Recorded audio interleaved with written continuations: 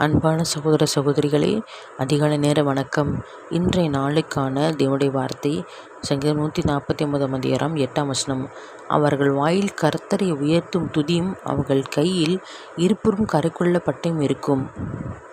இந்த கணம் அவருடைய பரிசு உங்கள் யாவருக்கும் உண்டாயிருக்குவதாக. சூத்திரங்கத்தாவே, இந்த வசனத்தை கேட்டுக்கொள்கிற தெய்வ ஜனங்களே, தெய்வ பிள்ளைகளே, முதியோர்களே, வயதானவர்களே, இந்த வசனமானது கர்த்தரை உயர்த்தும் துதி யார்கிட்ட இருக்குன்னா விசுவாசிகள்கிட்ட, கர்த்தரை விசுவாசிகள்கிட்ட, நம்மை போல ஜனங்கள்கிட்ட. அவர்கள் கையில் இருப்பரும் கருக்குள்ள பட்டயம். கருக்குள்ள பட்டயம் என்பது வசனம். கர்த்தரை வசனமானது இருபுறம் கருக்குள்ள பட்டயமாகும்.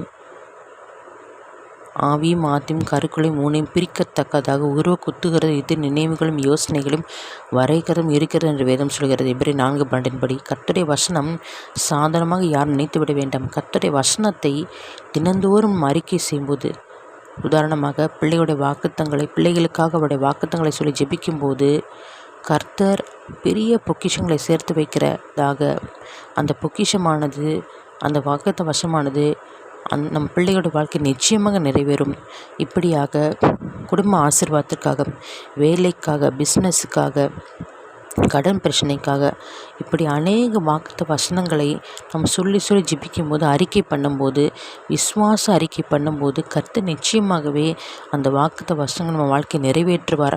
நம் விசுவாசத்தோடு ஜெபிக்க வேண்டும். விசுவாசத்தோடு வாக்குத்த வசனங்களை சொல்ல வேண்டும். விசுவாசத்தோடு நாம் அதை அறிக்கை செய்து நாம் சொந்தமாக்கி கொள்ள வேண்டும். உங்களுக்காக ஜெபிக்கிறேன்.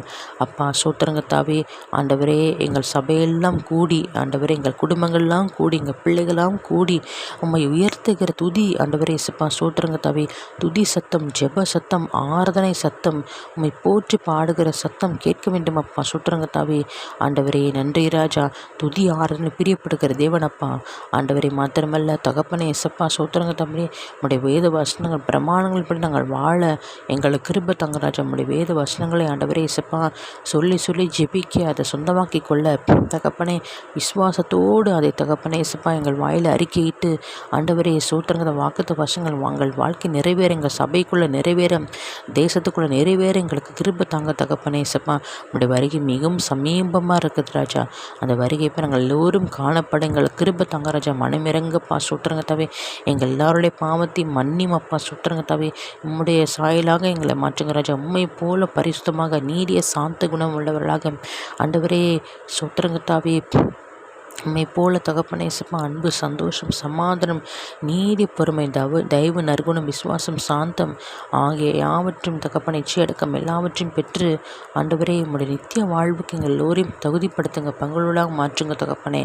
துதிகன மகிமை ஆவியும் இயேசு கிறிஸ்துவுக்கே செலுத்துகிறேன்.